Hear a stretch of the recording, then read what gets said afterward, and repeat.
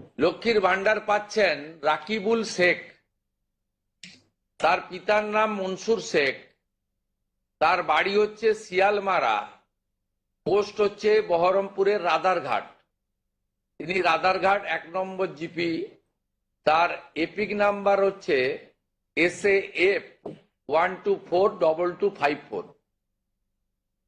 অর্থাৎ যে কর্মসূচি মহিলাদের জন্য, সেই কর্মসূচিতেও ভেজাল এবং বেনজল ভেরিফিকেশন না থাকার ফলে ঢুকে বসে আছে। অন্নপূর্ণা যোজনার সুবিধা পেতে ফর্ম সবাইকে পূরণ করতে হবে। বুধবার নবান্ন থেকে সাংবাদিক বৈঠক করে জানিয়েছেন মুখ্যমন্ত্রী শুভেন্দু অধিকারী। কারা এই প্রকল্পের সুবিধা পাবেন, কারা পাবেন না, তাও জানিয়েছেন মুখ্যমন্ত্রী। সেই সঙ্গে জানিয়েছেন লক্ষ্মীর ভান্ডার প্রকল্পে লাখ লাখ বেনজল মিশে রয়েছে। রাকিবুল নামে এক ব্যক্তির নামে উল্লেখ করে মুখ্যমন্ত্রী বলেছেন তিনিও লক্ষ্মীর ভান্ডার পাচ্ছিলেন।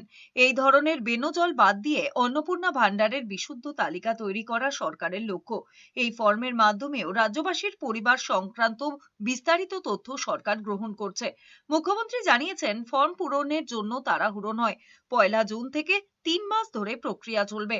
যতদিন অন্নপূর্ণা যোজনা শুরু না হচ্ছে ততদিন লক্ষ্মীর ভান্ডার চলবে। যারা নতুন প্রকল্পের অধীনে ঢুকে যাবেন তাদের লক্ষ্মীর ভান্ডার বন্ধ হয়ে যাবে।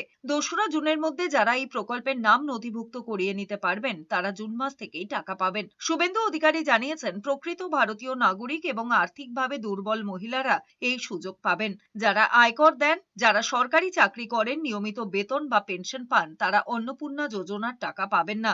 তাছাড়া বাকি সবাই এই টাকা পাবেন। প্রতি সপ্তাহে কত নাম অন্নপূর্ণা যোজনায় নথিভুক্ত হয়েছে তা সাংবাদিক বৈঠক করে মন্ত্রী অগ্নিমিত্রা পাল জানিয়ে দেবেন। রাজ্য সরকারের ওয়েবসাইটে অন্নপূর্ণা যোজনার ফর্ম প্রকাশিত হয়ে গিয়েছে। অনলাইন এবং অফলাইনে ফর্ম পূরণ করা যাবে। যারা পারবেন না, সরকারি আধিকারিকরা বাড়ি বাড়ি গিয়ে ফর্ম ফিল আপে সহযোগিতা করবেন। এছাড়া 15, 16, 17 তারিখ জনকল্যাণ শিবির আয়োজিত হবে, সেখানেও ফর্ম পূরণ করা যাবে। CAA তে যারা আবেদন করেছেন তারা সুবিধা পাবেন। যাদের SIR এ নাম বাদ গিয়েছে বা ট্রাইব্যুনালে আবেদন করেছেন তাদের আপাতত ব্যতিক্রম হিসেবে তালিকায় রাখা হয়েছে। আমরা চেষ্টা করছি আগামী 2 তারিখের মধ্যে যারা এনরোলমেন্ট করতে পারবেন আমরা ডিবিটির মাধ্যমে ট্রান্সফার করে দেব। প্রথম কার্যক্ষেত্রে 1 তারিখ থেকেই বেনিফিটেড হবে তারা জুন মাসের। যেমন যেমন এনরোলমেন্ট হয়ে যাবে, ভেরিফিকেশন হয়ে যাবে, তারা অটোমেটিক কোর্সে লক্ষ্মীর ভান্ডার থেকে অন্নপূর্ণা যোজনায় চলে যাবেন এবং লক্ষ্মীর ভান্ডার তাদের অফ হয়ে যাবে। যতক্ষণ না এনরোলমেন্টের প্রক্রিয়া কমপ্লিট হচ্ছে ততক্ষণ লক্ষ্মীর ভান্ডারের যে সুবিধা তারা পাচ্ছেন সেই সুবিধা থেকে তারা বঞ্চিত হবেন না। মানবিক সরকারের এটাই প্রতিশ্রুতি।